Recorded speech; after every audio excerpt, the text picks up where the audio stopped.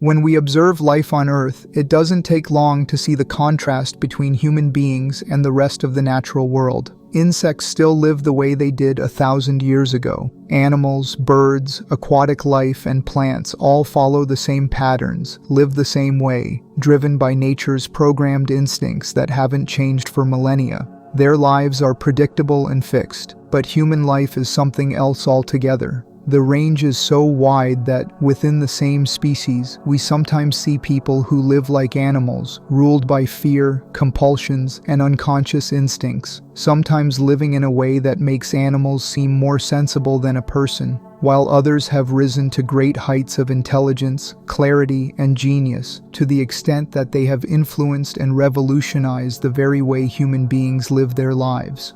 Why is it that one person becomes a complete fool while another becomes a genius, a world changer? We're all born as the same species, with the same basic tools, brain, body, and biology, yet the outcomes are wildly different. The answer, as we often hear, lies in the mind. More specifically, in how the mind has evolved, or how we let our minds evolve. Until a little less than a century ago, most of us believed that the mind was nothing more than a product of our past, our childhood, our genetics, and the environment we were brought up in. But today, this idea doesn't fully hold up.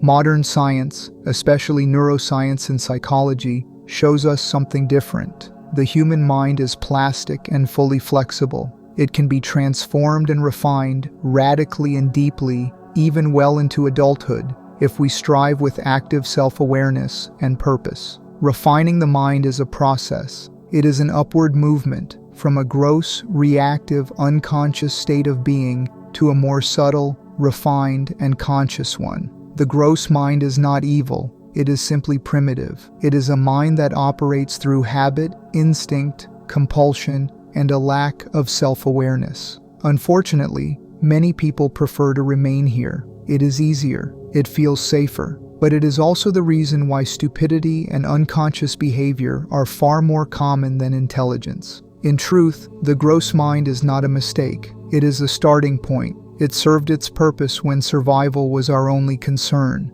But something within us human beings asks for more. We don't want to just survive. There is a force in us that longs to explore, to know, to experience, to grow, to expand, to touch something deeper. This longing comes from an inherent existential force that urges human beings to evolve from a gross state of mind to a more refined one. Yet most people have either been repressed by society or not reminded of this force. And so, the gross mind continues, finding expression through greed and lust, which over time distort into perversions. The true purpose of life is to be touched by this existential force within, the force that calls us to evolve from a gross level of living to a more subtle and refined way of being. A gross mind should not be judged or criticized. It should be met with openness, like manure in a garden, unpleasant perhaps, but rich with the potential for growth.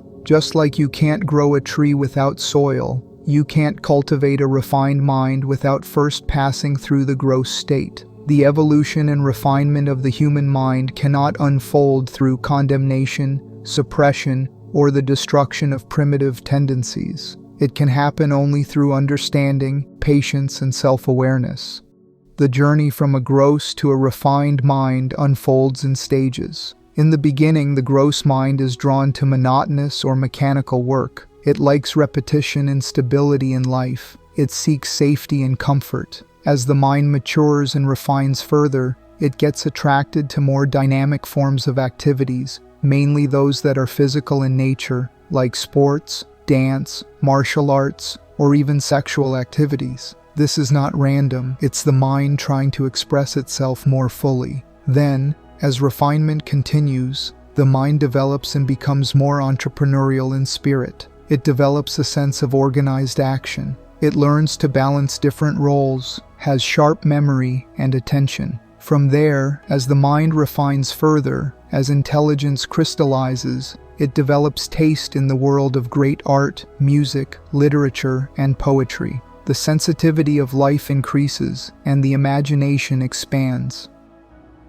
Further along, the refined mind starts developing a taste for abstract and deep knowledge like mathematics, philosophy, and higher sciences. It starts becoming intuitive, grasping patterns and connections that most people are not capable of. This is where genius can arise, not through magic, but through a long process of mental refinement and awareness. This is also when the person becomes capable of becoming a polymath. And finally, the highest point of refinement is when the mind becomes meditative, not in the sense of sitting silently in a disciplinary way, but in the sense that it naturally becomes still, fully conscious, and open. It is not trapped by any thoughts or limitations anymore. The mind is no longer the separate entity it once imagined itself to be. It becomes limitless. It becomes a mirror to existence, a fluid intelligence. This is what the Eastern sciences have called enlightenment. Many find the process of mental refinement arduous, lengthy, and almost impossible,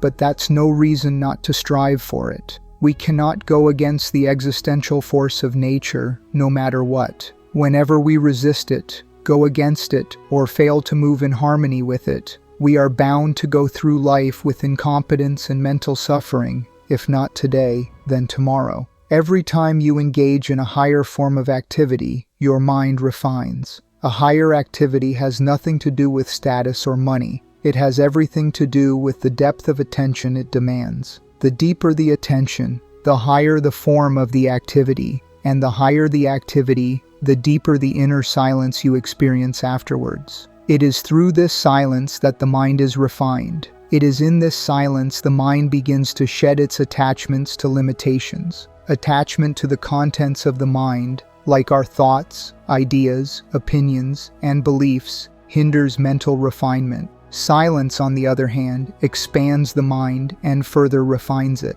True evolution lies in discipline, striving, and active self-awareness, not in accumulating more attachments, but in shedding one's limitations. If you consider yourself impatient with this process, if it feels too long for a single lifetime, this is where the science of meditation becomes all important, since the true purpose of meditation has always been the refinement of the mind through this expansive silence. Not the dull, passive silence many stressed-out people mistake for peace, but a living, conscious stillness that transforms you. It is about going into that deep silence willingly and regularly. It's not about escaping problems or calming yourself temporarily. It's about refining the mind through direct observation and awareness. Meditation, at its core, is attention without effort. It shows you the structure of your mind and begins to loosen it. If initially higher activity suits you more than direct meditation, that works too, since a refined mind naturally finds meditation easier.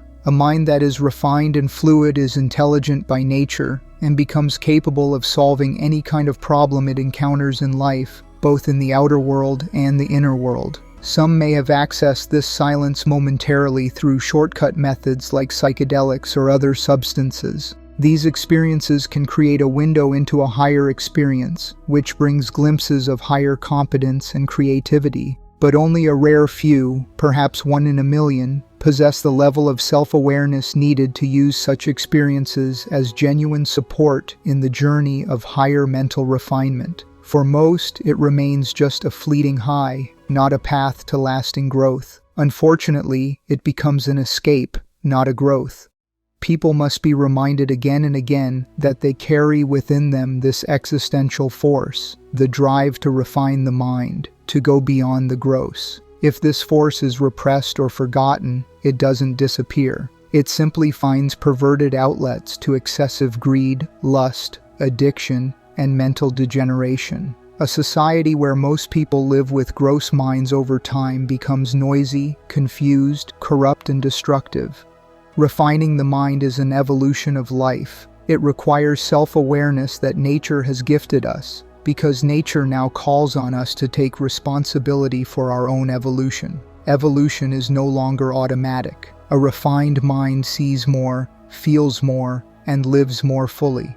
Not more things, but more life, more depth, and more truth.